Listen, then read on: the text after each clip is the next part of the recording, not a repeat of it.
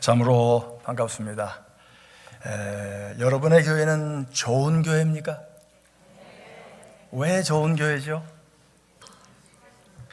좋다는 말은 매우 상대적입니다. 해적들이 사는 동네에서 저놈 참 좋은 놈이야. 어떤 사람이죠? 오늘도 나가서 분탕질하고 많은 거 뺏어다가 감기 들어서 못 나간 친구한테 뺏은 거 주면 받는 사람이 뭐라고 얘기하죠? 야, 너 참 좋은 놈이다. 혼자 먹고 나하고 같이 먹으니. 좋다는 말은 좋은 단어는 아닙니다. 성경적으로 얘기하면 건강한 교회입니다. 여러분의 교회는 건강한 교회입니까? 왜 건강하죠? 좋은 목사님이 있어서, 좋은 설교가 있어서, 아름다운 건물 때문에, 39개의 동산들이 있어서. 우리 많은 분들은 좋은 교회를 얘기하면 프로그램을 얘기합니다. 건물을 얘기하고 교세를 얘기하고 우리가 선교사를 몇 명 파송했고, 근데 그 얘기를 쭉 듣다 보면 중요한 게 빠졌어요. 예수님 얘기는 안 해요. 예수님의 임재가 있는 교회는 살아있는 교회입니다. 주님이 계시면 안 믿는 영혼이 예수를 영접합니다. 변화가 생깁니다. 몇 명 모였냐도 중요하면 더 중요한 것은 작년에 이 교회가 세례를 몇 명 주었죠? 교회라고 하는 것은 믿지 않은 영혼이 이곳에 와서 예수를 영접하고 그들이 주님의 사람이 되어서 우리와 같은 사역을 감당해가는, 그래서 여러분의 교회 이름이 참 멋있는 게 영혼을 구원하며 제자 삼는 교회란 말이 정말 성경적입니다. 살아있는 교회로 계속 발돋움해 가기를 바랍니다. 2048년이 무슨 해인지 아십니까?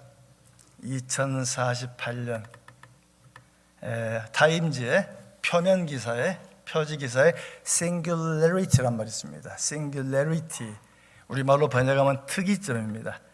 인간의 인공지능이 인간과 싸우면서 인공지능이 인간을 넘어가는 해입니다.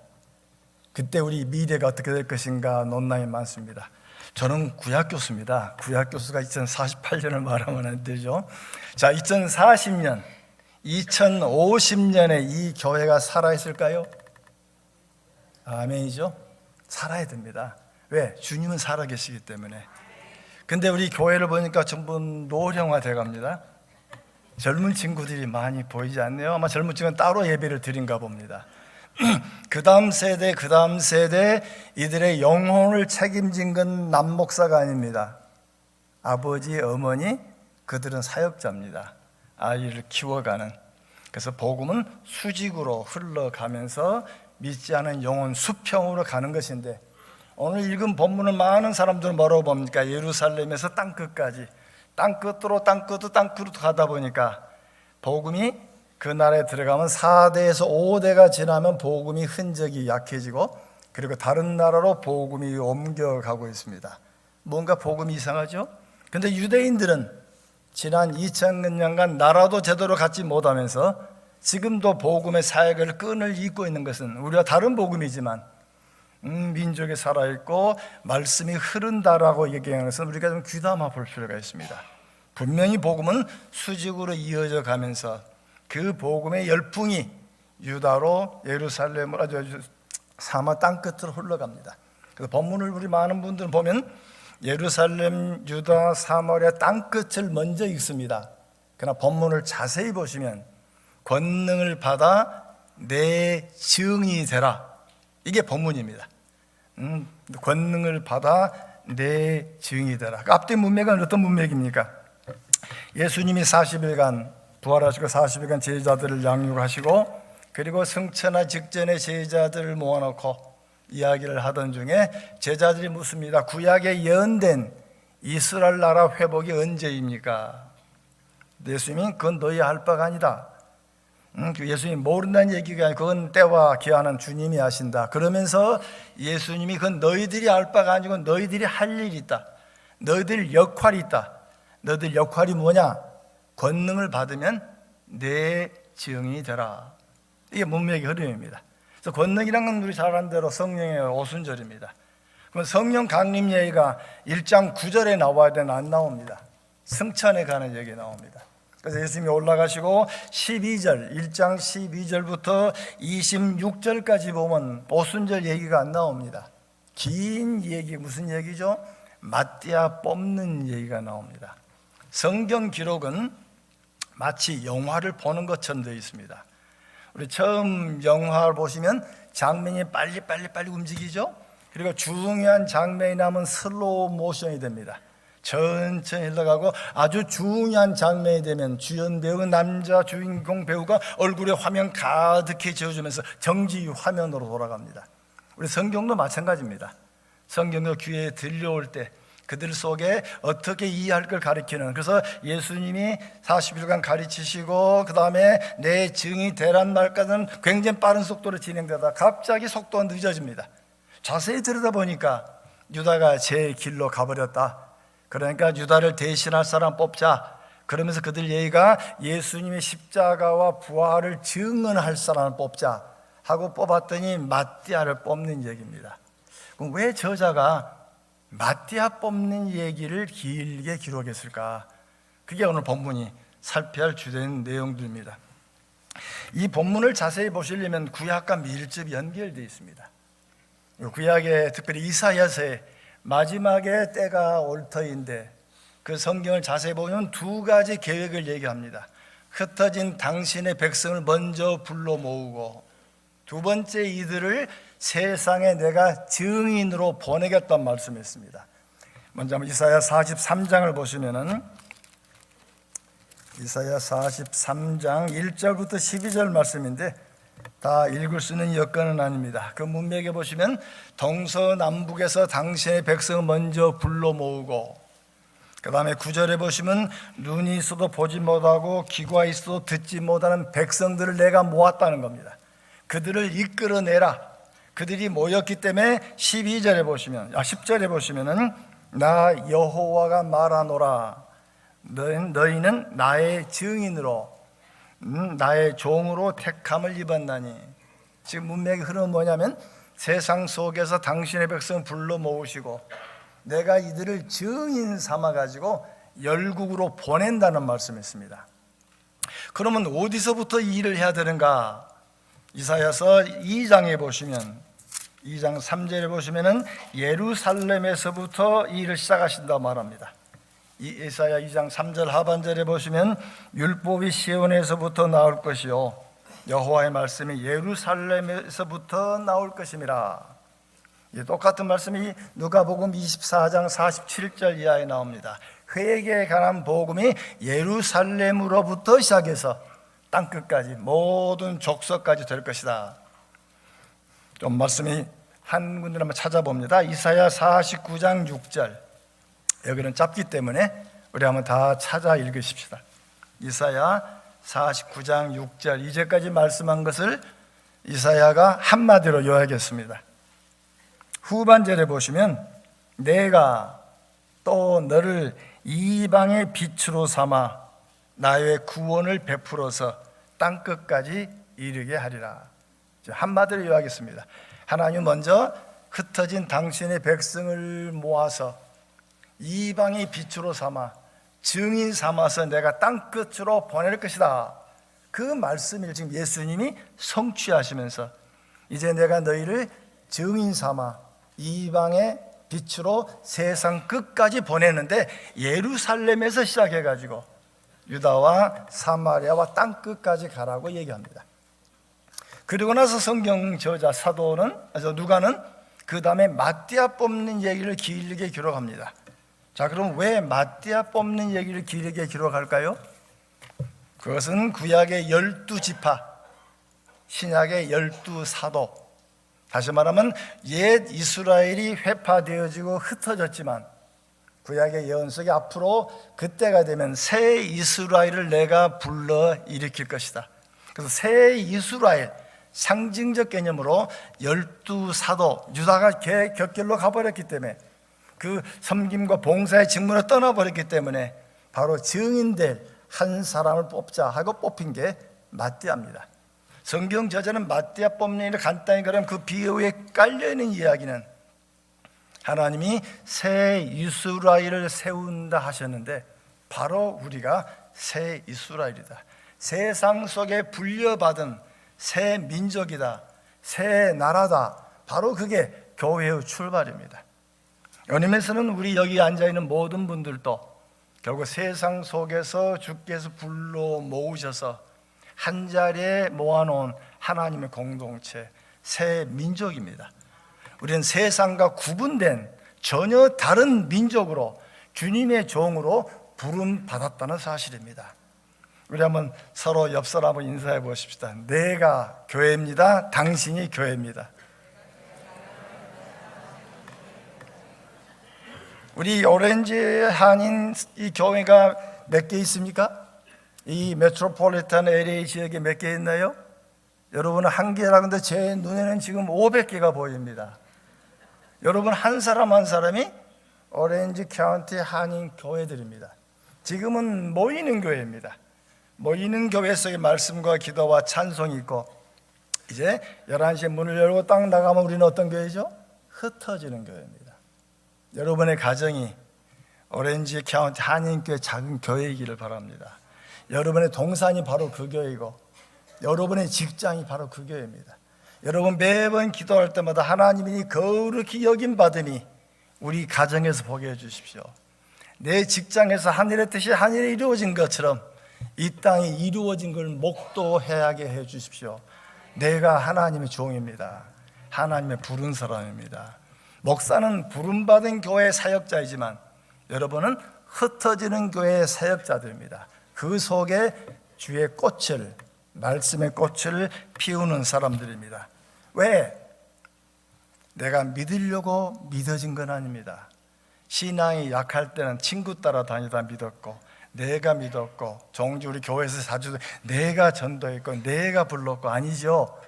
나이 70이 넘어가니까 내가 한 게 아니에요. 주님이 강권하신 겁니다. 공부를 많이 한다고 해서 믿어지는 건 아닙니다. 우리 구약학자의 90%가 하나님을 잘 안 믿습니다. 그들은 문헌 연구가들입니다. 성경을 연구했지 믿는 건 주님이 주십니다. 하나님께서 우리를 믿게 하셨는데 왜 믿게 하셨죠?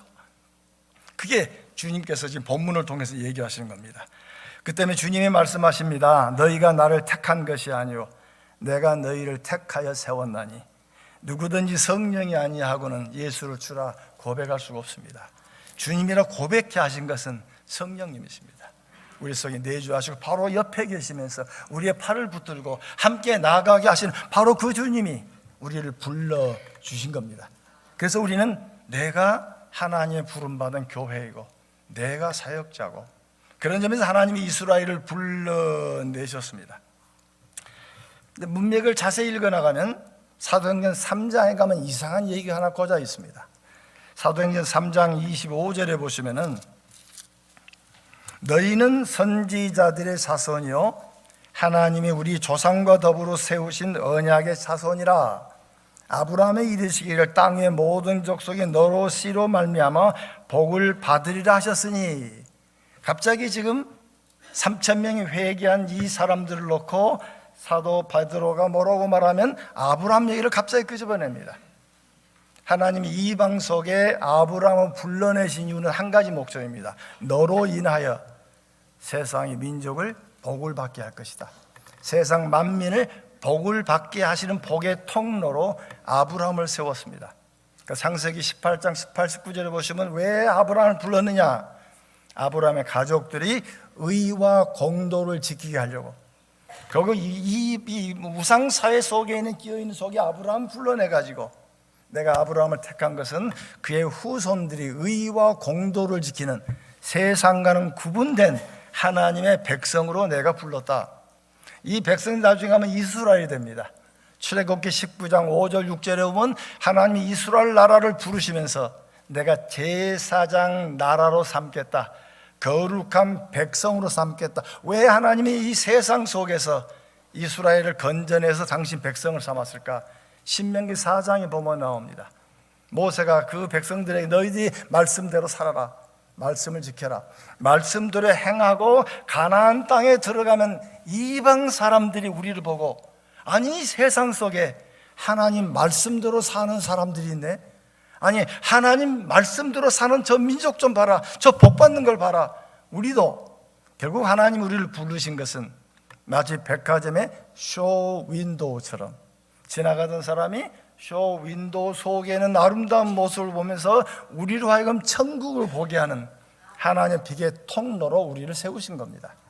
결국 우리 주변 사람들이, 우리 직장의 동료들이 볼 때 정말 당신 하나님 믿는 사람이네요, 당신의 행적을 보니까, 당신의 말을 보니까 하나님 사람이네요, 당신 하나님 믿는 하나님 나도 믿고 싶네요. 바로 이 일을 위해서 불러주신 거죠. 베드로전서 2장이면 바로 이 이야기를 확장합니다. 너희는 왕같은 제사장들이요, 왜 우리를 택한 족속으로 부르셨는가? 성경 분명히 얘기합니다. 기이한 빛에 들게 하신 자의 아름다운 덕을 선전케 하기 위함이다. 신앙이 오래되어지면 신앙이 성숙되어져야 되는데 우리는 그런 모습이 많이 약합니다. 히브리서 5장에 보면 때가 오래되었으므로 마땅히 선생이 되을 텐데 아직도 젖이나 먹고 단단한 식물을 먹지 못하는구나. 거기에 젖이나 먹고 현대 영어 번역은 bottled drink로 번역했습니다. 아니 아직도 40년 50년 밑에 젖병밖에 못 봐냐? 오히려 너는 meat eater가 되어야 되는데 아이들이 모인 곳은 싸웁니다. 이 교회는 아이들이 없기를 바랍니다. 영적으로 어린아이는 싸웁니다. 서로 먹겠다고 싸웁니다. 근데 어른은 안 싸웁니다. 어른은 자기 걸 주는 겁니다.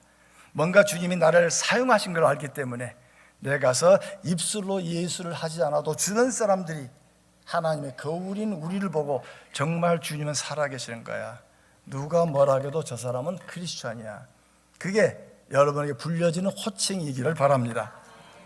자, 하나님 우리를 이 땅 위에 세우신 새 공동체, 새 민족으로 불렀습니다. 우리는 자부심 있습니다. 우리는 너희 같은 사람은 다른 사람이야. 우리는 하나님이 주인 사람이야. 하나님이 나를 쓰시는 사람이야. 그 속에 주님의 우리의 영원한 자부심들을 갖는 저희이기를 바랍니다. 그럼 왜 하나님께서 이들을 성령으로 강림하시고 이들을 부르셨는가? 그리고서 나서 이들이 새 민족으로 3,000명이 회개되어지고 하나님 나라가 커나가는 과정을 요약해 주는 말씀이 사도행전 2장 42절에서 47절에 나옵니다. 새 이스라엘, 예루살렘 공동체, 새 민족이 어떤 일을 했는가? 다른 말로 말하면 교회는 무엇 하는 것인가? 본문의 저자는 얘기합니다. 교회는 새 민족이다, 새 이스라엘이다.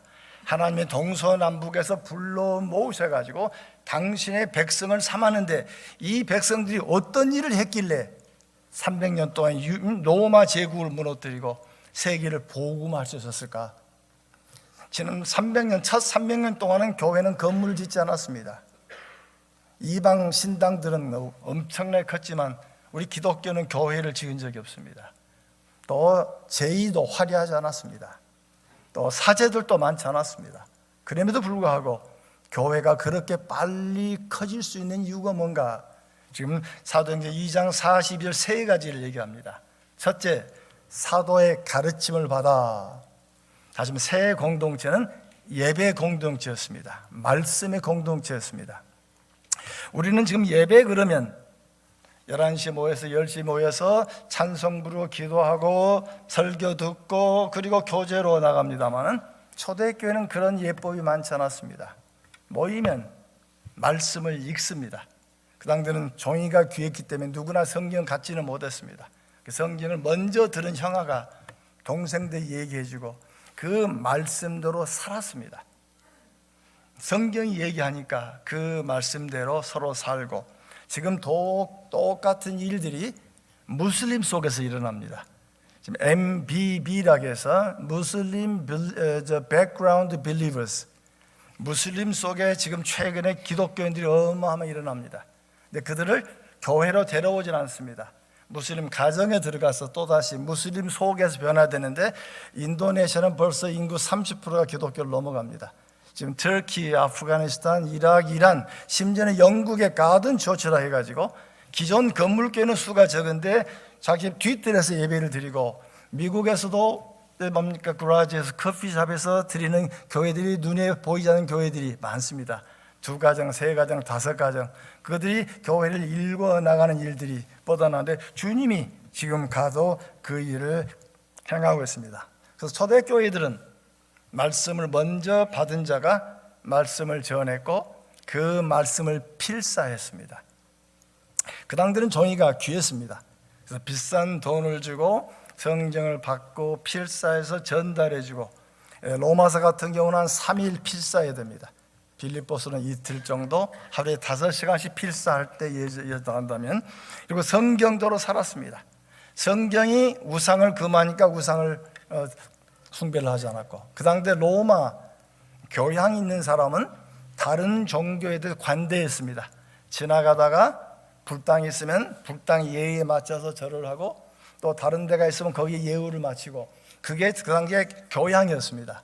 근데 기독교인은 그 우상을 에이돌론, 영어로는 아이들이죠. 에이돌론, 헬라어는 그건 헛된 것, 헛개비, 필요 없는 것 하고 굉장히 룩다운하는, 그 당대 교양 있는 사람은 쓰지 않는 단어입니다.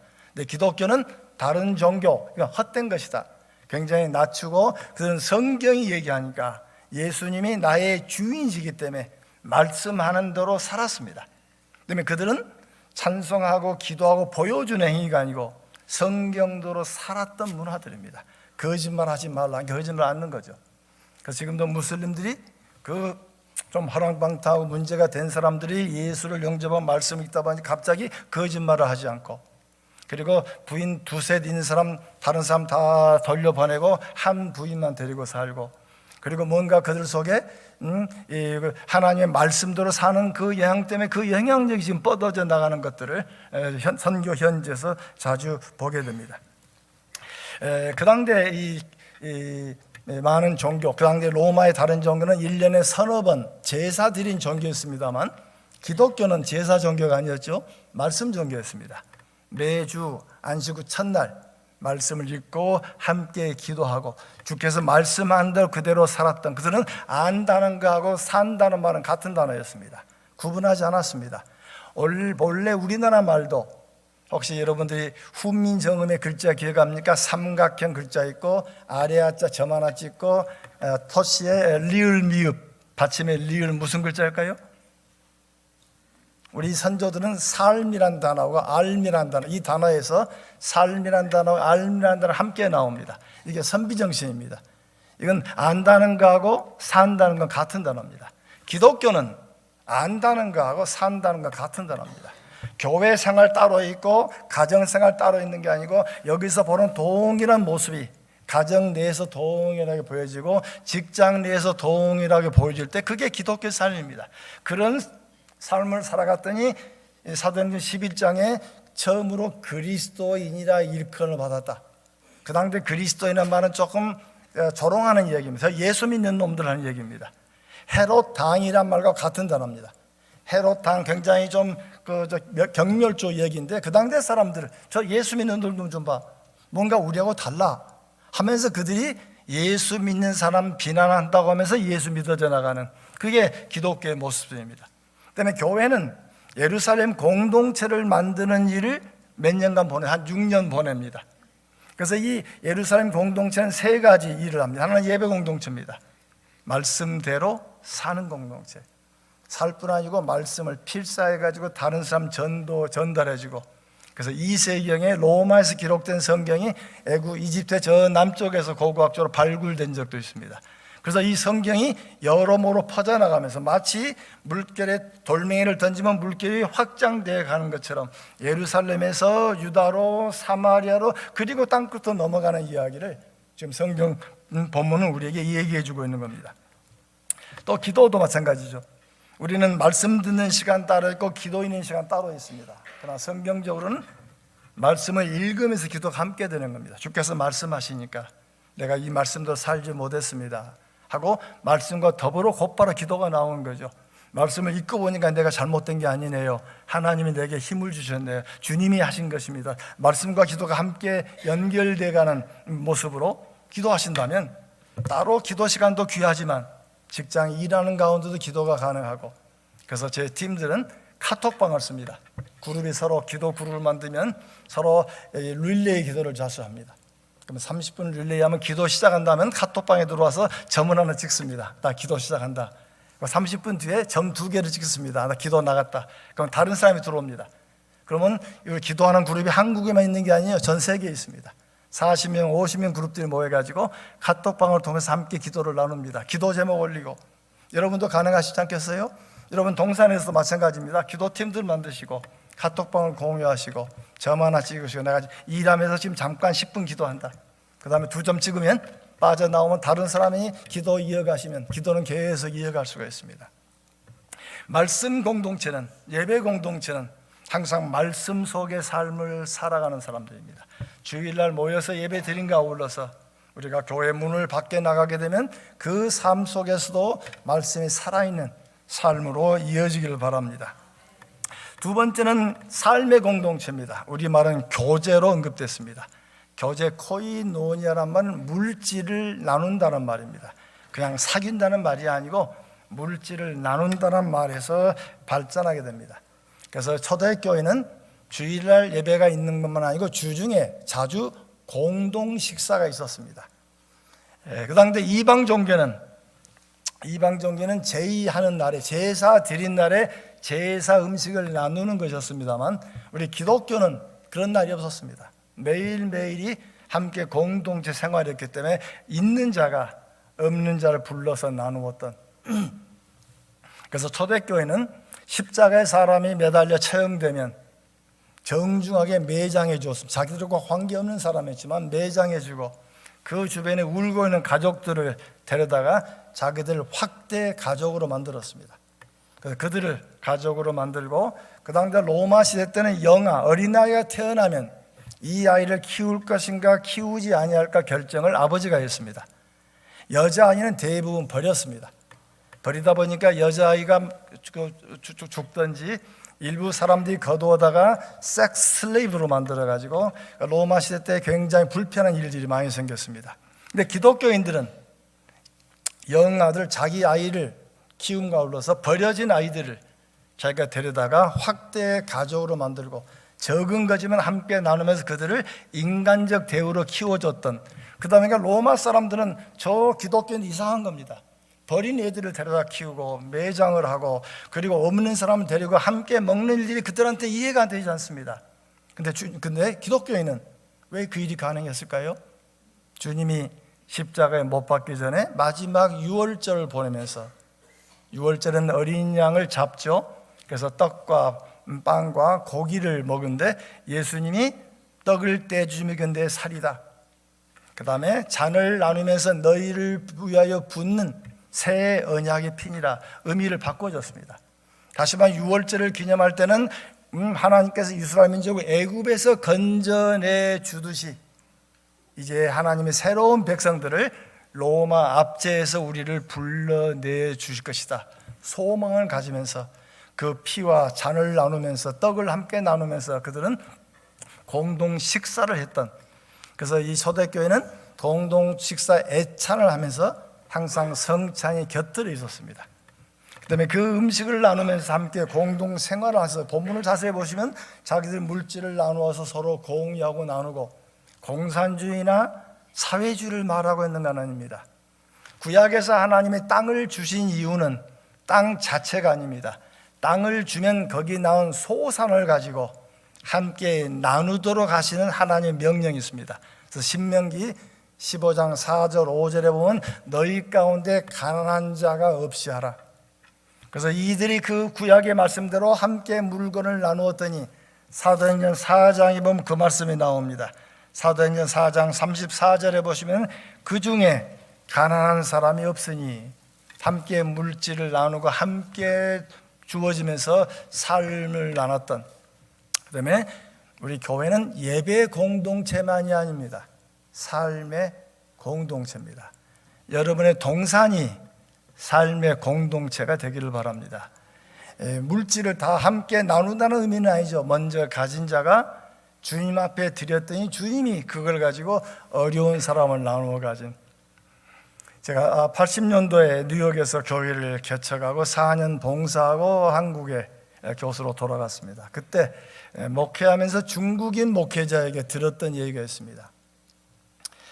만하탄에 있는 중국 지역에 광동성에 사는 사람이 미국이 밀립국을 해가지고 미국에 정착하게 됐습니다. 근데 이분이 오자마자 친구 1000거설을 5명에게 돌려드렸습니다. 5명이 보니 자기 고향 친구가 1000거설을 보낸 겁니다. 그 5명이 모았습니다. 그랬더니 이 사람이 1000거설 얘기도 믿을 만한 사람인가? 그랬더니 조금 관망해 보더니 믿을 만한 사람이다. 그럼 우리가 어떻게 하면 좋을까? 이제 왔으니까 저들을 사업하도록 도와줄 거 아니냐. 그래서 사업 자금을 객출했습니다. 그래서 도와주는데 하다가 망해버렸습니다. 그래서 5명이 또 모였습니다. 이 사람이 정말 정거세도로 신실한 사람이냐? 그래서 이구동성으로 신실하다는 거 맞다는 겁니다. 그럼 왜 망했냐? 분석해 보니까 기술이 없습니다. 그래서 중국 식당 기술을 가르쳤습니다.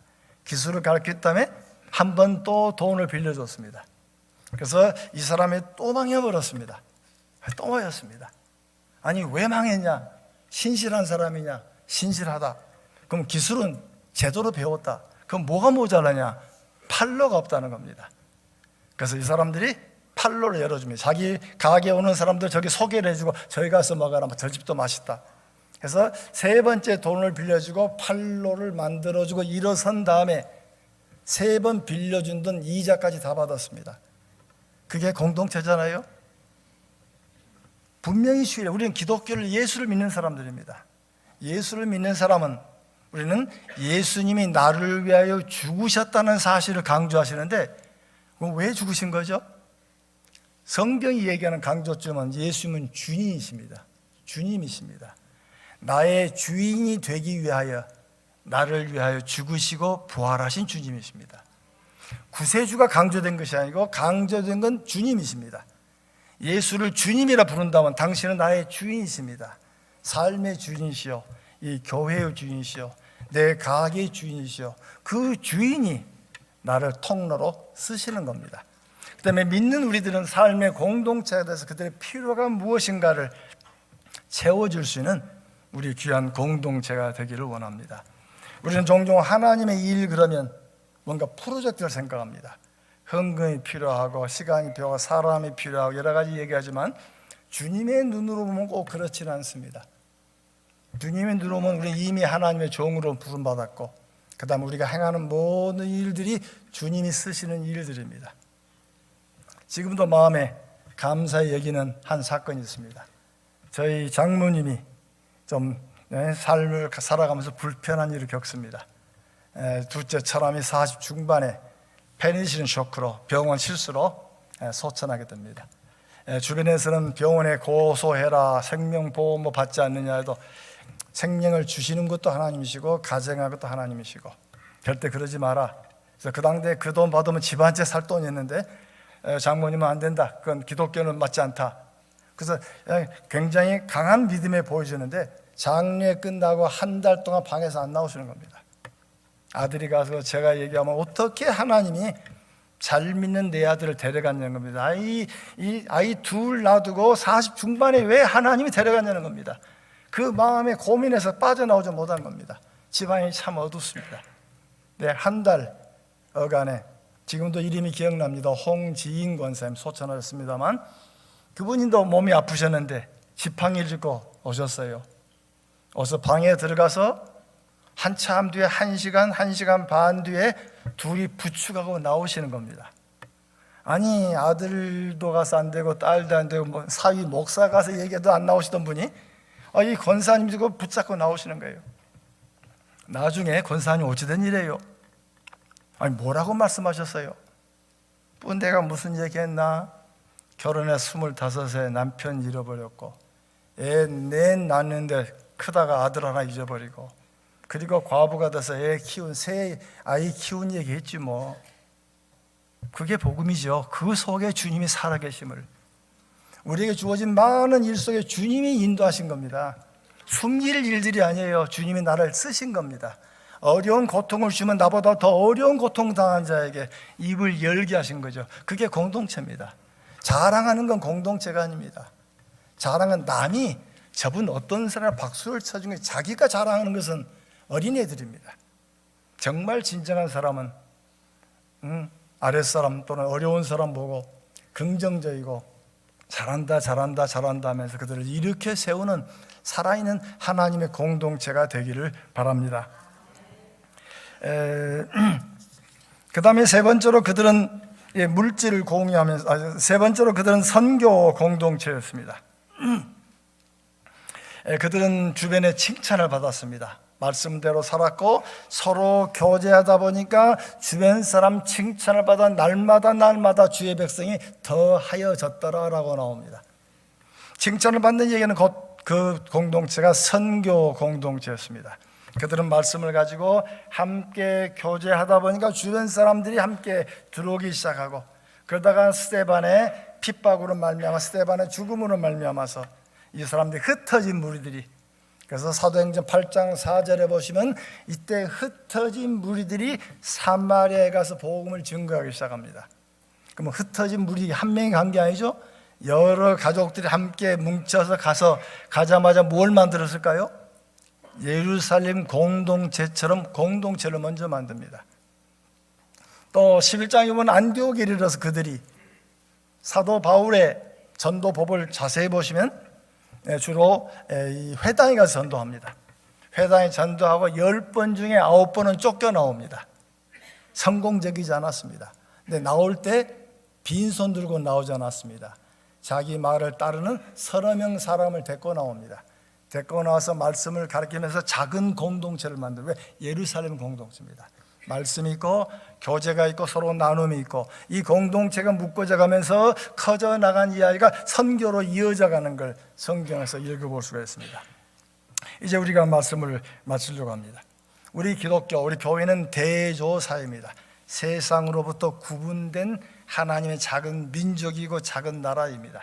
우리는 한 백성입니다. 주님을 주인으로 섬기는 한 백성이기 때문에 여기서만 주님을 찬양하는 것이 아니고 문을 열고 나갈 때 저 지역에서도 주님을 사랑하는 공동체가 이곳저곳 여러 군데서 생겨나기를 원합니다. 저는 은퇴를 하고 신학교 사역을 돕고 있습니다. 현재 한 55개 학교를 도와서 인준을 해야 되는데, 이 세계 인준을 받으려면 풀타임 박사 교수가 3명, 4명 있어야 되고 책이 2만 권 있어야 되고, 그러다 보니까 우리 영세한 신학교 그걸 못 만듭니다. 정신 나오신 분이 학교를 200개 정도 만들었고 타교단까지 하면 500개 됩니다. 근데 공부는 시켰는데 인준이 안 되다 보니 어려워서 저희들이 인준을 해주는 일을 합니다. 한 친구가 기억이 납니다. 그리스에 가서 20년간 집시 사역을 했습니다. 아다시 집시는 참 어려운 민족이죠. 남의 걸 가져다가 사는 사람들이고 전혀 자기 일을 하지 않냐고 불편한 일들에서 사는 사람들입니다. 젊은 애를 데리고 살았습니다. 같이 살면서 성경을 계속 읽고 나누고 그러다 애들이 장성에서 20 중반쯤 됩니다. 한 6, 7명이 함께 커져왔던데 이들이 놀라운 일을 했습니다. 주변에 혼자 사는 할머니가 돌아가시니까 그 지역 정부에서 집시들한테 너희들 필요한 것 가져가라, 다시 말하면 훔쳐가라, 필요한 것 가져가라. 근데 이들이 들어가서 청소를 해줬습니다. 청소를 하다 보니까 베개 속에 28,000유로가 발견이 됩니다. 이걸 들고 이 사람들이 난처한 거죠. 그래서 선교사님 가져왔습니다. 이거 발견했다고. 선교사님 난처한 거면 이거 어떡하죠? 그 속으로는 이놈들아 가지고 도망가지 왜 나한테 가져왔냐. 그래서 이걸 가지고 경찰서 간다니까 얘들이 웁니다. 경찰서 가면 도대체 얼만큼 발견해서 다 먹고 이것만 가져왔냐, 그 말 들을까 봐서. 그래서 이 목사님 옆에 그리스의 장로님 변호사 분에게 했더니 자기가 변호해 주겠다고 따라 들어가는데 집시 가족들은 밖에서 울고 있고, 그 다음에 남편들 데리고 들어가서 여차여차 했다니까 첫 마디가 도대체 얼마 나오는데 이것까지 왔느냐. 그래서 변호사가 아니다 하고 쭉 설명하니까 이분 애들이 발견하고 가져온 걸 알게 됐습니다. 그 다음날 지역신문 1면 표지에 집시가 28,000유로를 돌려주다. 전 유럽 역사에 센세이션한 전혀 없는 일이 벌어졌습니다. 며칠 뒤에 그리스 할머니가 그 집에 또 청소하러 들어갔다가 커튼 속에서 8,000유로를 발견했습니다. 이 할머니도 이거 내가 가져야 되나 줘야 되나, 이 할머니도 집시도 줬는데 내가 교회 다닌 내가 이걸 가질 수 없지 하고 또 경찰서 가져왔습니다. 또 한 번 지역신문에 크게 한번 나온 적이 있습니다. 주변 사람들이 집시도 보고 저런 바보들 가지고 도망하지 왜 그걸 돌려줬냐, 저런 바보들. 그런데 이들이 변하여 사는 삶들을 보면서 여러 사람들의 도움의 손길들이 옵니다. 작년 여름에 제가 갈 때 조지아에 있는 어느 자매님이 선교 여행 간다고 해서 나 그리스 갈 텐데 따라갈 거냐고. 그래서 갑자기 볼란사에서 같이 만나가지고 그리스로 들어갔습니다. 그 집시하는 사역들을 보았습니다. 사역자 이들이 변화되고 뭔가 일을 하는데 교통수단이 없는 겁니다. 그랬더니 이 분이 보고 그러면 내가 중고 자동차 하나 사드릴게요. 그래서 3,000불짜리 자동차 하나 사드리고, 그리고 돌아간 다음에 작년 10월에 교인들 노래를 불러가지고 한 20-30명 그리스하고 터키 선교사님하고 여행을 하고 갔다 오더니 이분들이 또 눈이 띄어가지고 무슨 일이 벌어졌냐면 올해 4월 말에 30명이 2주간 휴가를 내가지고 그 지역에 선교를 갑니다. 선교는 가서 뭘 보여주는 게 아닙니다. 기독교인으로 살면 됩니다. 기독교인 모습 그대로 살고 얘기 들어주고 껴안아주고 박수 쳐주고 하나님 믿는 게 무언가를 보여주는 게 선교입니다. 크게 생각하지 마시고 가장 좋은 선교는 기독교인으로 사는 겁니다. 살다 보니까 여러분이 선교사로 직장에 가는 거죠. 살다 보면서 여러분이 저 마을로 가는 거고 친구를 만난 것이고 그 속에 저들 속에 하나님의 눈길이, 하나님의 살아계심이 증거되는 여러분의 사역이 되기를 간절히 소원합니다. 기도하겠습니다. 주 하나님, 주님께서 우리 주신 귀한 예배 시간에 이 예루살렘 공동체를 함께 나눴습니다. 오늘 이 교회가 예루살렘 공동체처럼 새로운 이스라엘, 새로운 민족이 되어서 말씀과 삶과 선교를 담당하는 주의 교회로 세워주셨소서. 우리 주 예수 그리스도 받들어 기도드립니다. 아멘.